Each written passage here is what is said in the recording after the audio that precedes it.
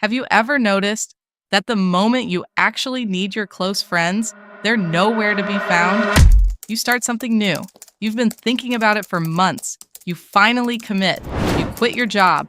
You put your own money in. You go all in. They say the right things. That's amazing. So proud of you. Let me know how it goes. And then, nothing. No follow-up, no real support. But then someone you barely know reaches out. I heard what you're doing. Let me know if I can help. And you feel it. That strange, uncomfortable moment where you realize the people closest to you are the least comfortable with your growth. Why is that? Let me tell you a story. Marcus spent 5 years building his company from nothing. Just him, a laptop, and a few clients. Eventually it grew. Real team, real revenue, and when things started scaling, he brought in someone he trusted, his best friend, James. They'd known each other since university, so it felt obvious who better to trust than the person who knew him best. He made James his business partner, equal shares, full access, everything. At first it worked, until it didn't. Somewhere along the way, James stopped seeing the company as ours. He started seeing it as something he could run without Marcus. So he didn't attack directly. He did something smarter. He started talking to investors, quietly, using everything Marcus had ever shared with him. Every doubt, every fear, every weakness. Things Marcus only shared because James was his friend, because he thought closeness meant safety. Until one day, Marcus was called into a meeting and told the company he built was no longer his to run. He didn't lose it to a competitor. He lost it to the person who knew him best, the person he trusted most.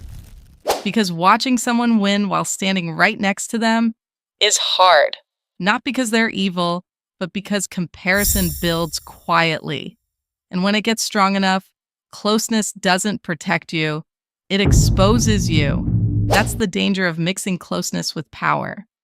And this is where most people get it wrong.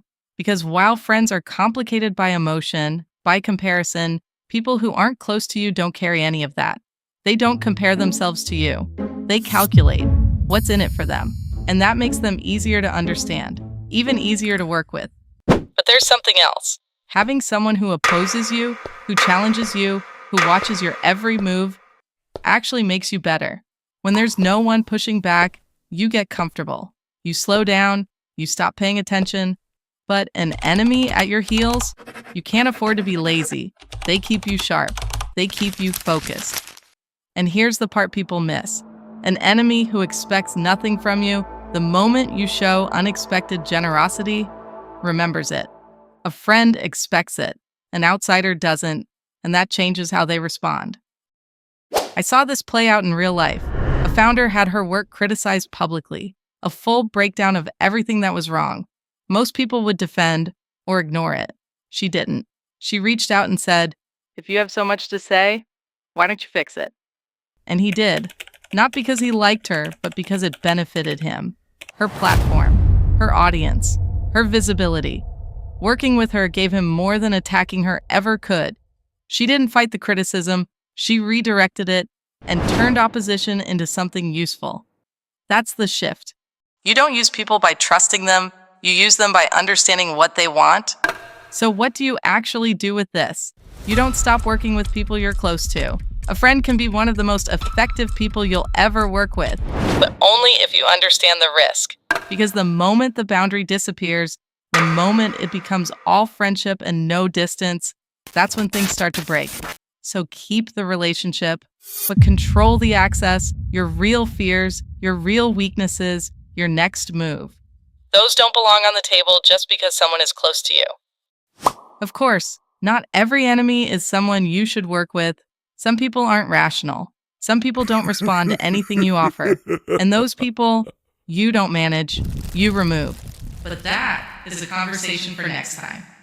So that moment, when your friends don't show up and someone unexpected does, it's not random.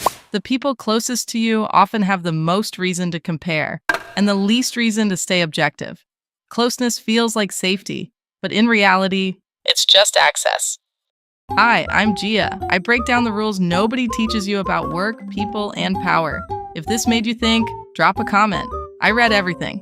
See you next time.